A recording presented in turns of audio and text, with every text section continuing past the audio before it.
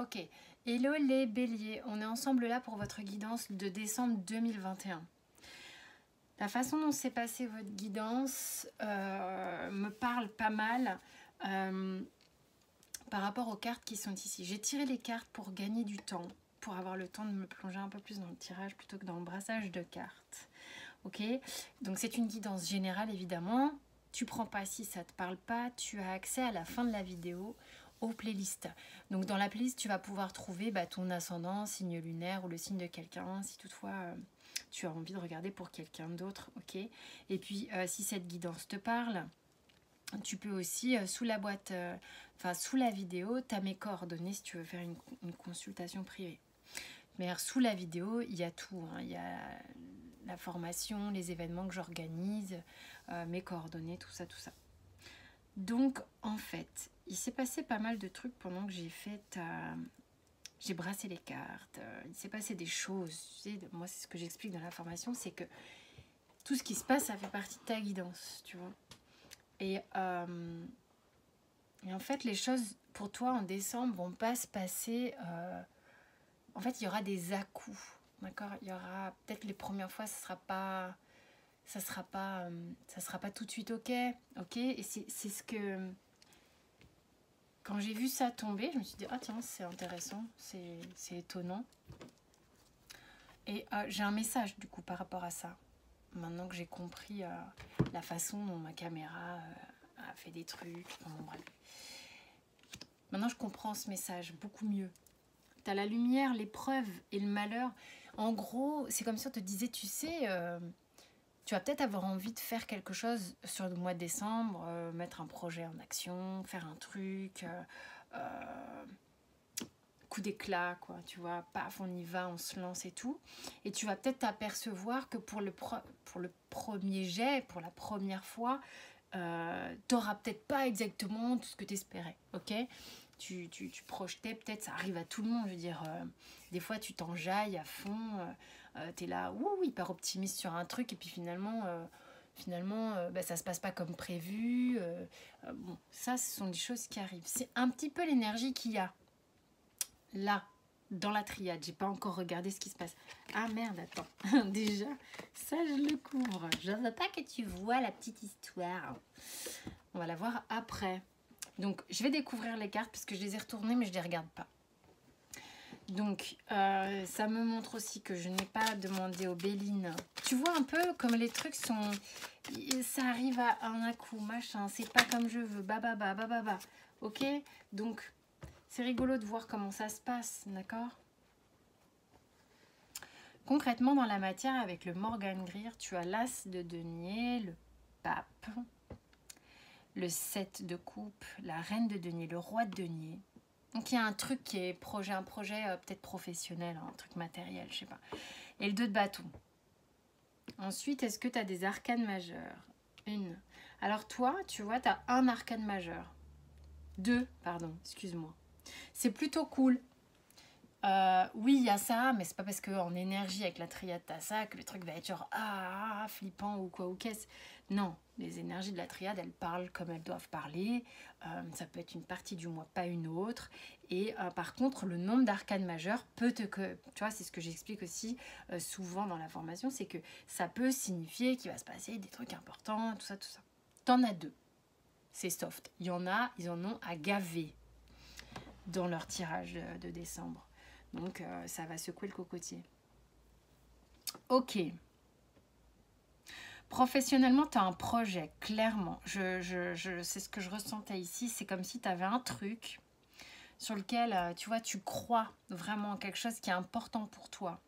T'as pas encore... avec le 7 de coupe, t'as pas...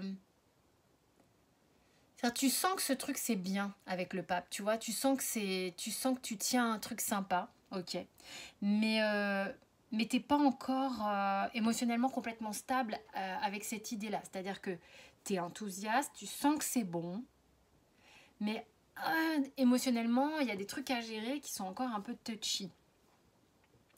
Le roi et la reine de denier te montrent que tu as besoin de pose les choses.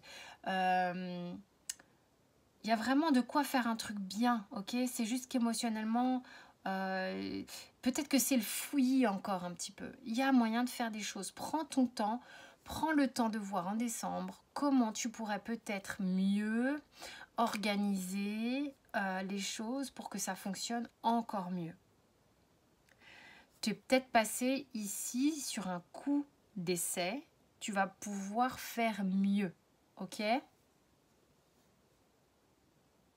T'as de bonnes bases, t'as de bonnes bases. Il te suffit simplement de bien observer à quel moment tu t'es embrouillé un peu les pinceaux afin de observe bien quel socle tu vas pouvoir poser dans ta vie ici pour que ce soit pérenne et pérenne et serein. Au niveau sentimental, tu as encore le 7 de coupe. Ok. Tu as le 7 de coupe et le 8 de coupe, le cavalier d'épée, le 8 de denier, la reine de denier et l'ermite. Alors, c'est intéressant de voir quand même que tu as le 7 de coupe ici, le 7 de coupe ici, la reine de denier ici, la reine de denier ici. Si cette histoire te parle, c'est-à-dire que les mots que j'ai employés peuvent avoir une résonance dans ta vie sentimentale, tu peux le caler, ok? Il y a peut-être eu un truc au niveau... tu as peut-être essayé concrètement de te mettre avec quelqu'un, hein, avec qui tu sens qu'il y a de quoi faire, mais c'est encore un peu fragile. Ok? Ici, au niveau sentimental, ouais, on sent que tu as peut-être une opportunité de t'engager, ok? Mais c'est quelque chose peut-être où tu ne te sens pas complètement prêt. Tu as peut-être un petit truc entre le sentimental et le matériel, c'est peut-être pas trop... T'es pas le seul, hein. Ah, c'est rigolo. Quel est le projet que je dois faire en premier? En quoi je dois mettre mon énergie, tu sais? Y a un truc qui fait que au niveau émotionnel, peut-être que tu as encore du travail à faire pour te rassurer émotionnellement. Peut-être que tu as eu un vécu à un moment donné où tu t'es engagé et c'était... Voilà. Ça a laissé des petits souvenirs qui font que pour l'instant, tu as peut-être d'autres chats à fouetter et que tu as plus envie de te carapater qu'autre chose, en fait. Donc, tu as un travail à faire là-dessus, hein, sur ce recul émotionnel, d'accord, pour te rassurer. Il y a un travail d'ermite, il y a un travail de 8 de coupe, bref, il y a du travail.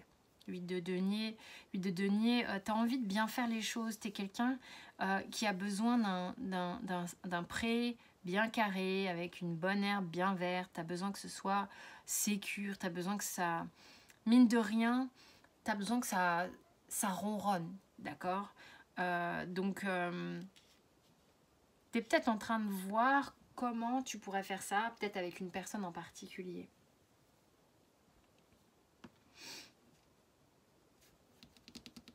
Après, ta sécurité intérieure, tu es peut-être en train de la créer. C'est peut-être là-dessus que tu bosses, toi, pour te sentir OK, pour te réengager, tu vois. Tu as quand même la passion avec le Béline. OK? Donc, c'est que il y a un truc qui est comme si tu avais besoin d'être rassuré. Parce que là, il y a un truc, il y a une épreuve par laquelle tu passes qui te déçoit un peu. Alors, ça peut être la blessure de l'abandon, alors, ok. Peut-être que quand c'est un peu trop ardent, tu te méfies aussi. Ok? Il y a un truc peut-être avec toi qui est que, oh, tu m'en promets beaucoup, sauf que moi, j'ai besoin d'être rassurée.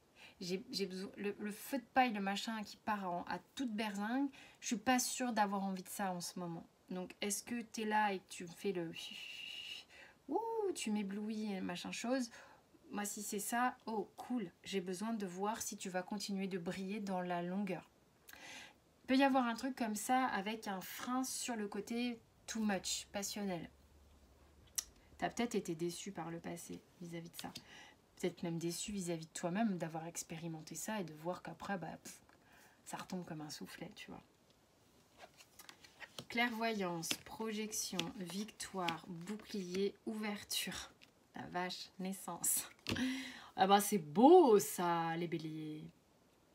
Tu vois, tu prends conscience de ce qui a pu aussi te séparer pendant un temps, des visions que tu as pu faire, des croyances que tu as pu avoir vis-à-vis peut-être de ces fameuses passions, de l'amour en général. Mais en gros, tu es en train de conscientiser, et ça c'est quand même énorme, puisqu'on te dit victoire et bouclier, ouverture, naissance, enfin le truc qui fait comme ça. Donc laisse la lumière passer, parce qu'elle va passer, hein, clairement. Que le pourquoi tu es dans l'hésitation, le pourquoi tu as besoin de retrait et de recul est dû à une protection, d'accord, d'avant. Tu vas y arriver, tu vas réouvrir cette porte, d'accord, avec victoire, bouclier, ouverture, tu vas réouvrir cette porte et tu vas permettre à la lumière, d'accord, tu vas lui permettre de pénétrer. Et ça, c'est une belle victoire. Tu vas pouvoir enregistrer et créer plutôt quelque chose de nouveau dans ta vie. Tu as été déçu en fait auparavant. C'est ce qu'on te dit là-haut avec la triade.